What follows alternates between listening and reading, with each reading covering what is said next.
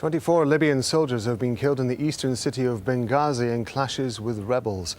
Meanwhile, UN-backed talks between rival militias will resume after the Muslim festival of Eid. It follows heavy fighting in Benghazi that's left more than 65 fighters loyal to retired Army General Khalifa Haftar dead. My colleague Adrian Finnegan spoke to Bernardino Leon about the negotiations. He's the head of the United Nations support mission in Libya.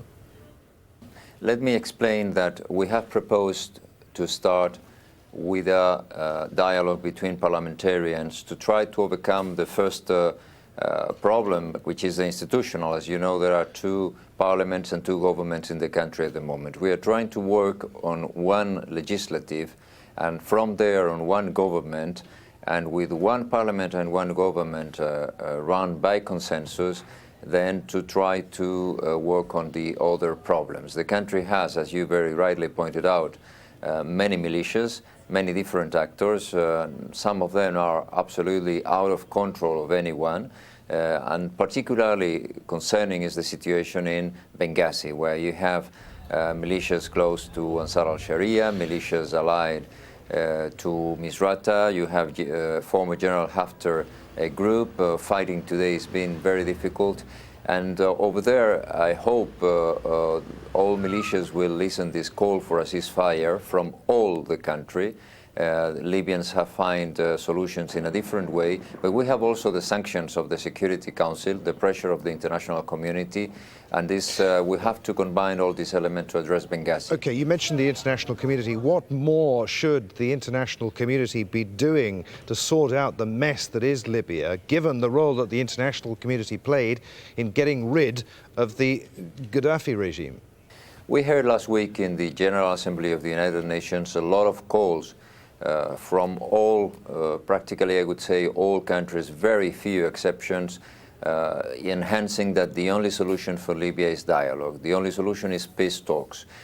This doesn't mean that these brigades fighting, particularly in Benghazi, as you just mentioned, will listen to these international community calls. But there is something more we all should do, which is to try to persuade the political actors that have contact with us that they have to be determined and also to forget about getting military support. It is not military support, it is not military experts or material or weapons that Libya needs. There are more than 20 million weapons in the country. It's the opposite. It's a situation in which in the future we will be able to start disarming, to build an army and to bring order to the country. And you talked about sanctions, imposing sanctions on anyone who threatens the peace and stability within Libya. How can that be done? What sort of sanctions are you talking about? Well, today we had a Security Council statement very clearly talking about targeted sanctions. These are sanctions that could be addressed against individuals, not only groups, and mentioning some examples like travel bans, freezing accounts, etc. There are a number of sanctions that could be immediately agreed by the Security Council, by the Sanctions Committee against some of these individuals and some of these groups. So I hope they will understand that the best thing they can do is to support this call for a ceasefire. But if not, they will have to face the consequences, and I think the Security Council has been very clear on this point.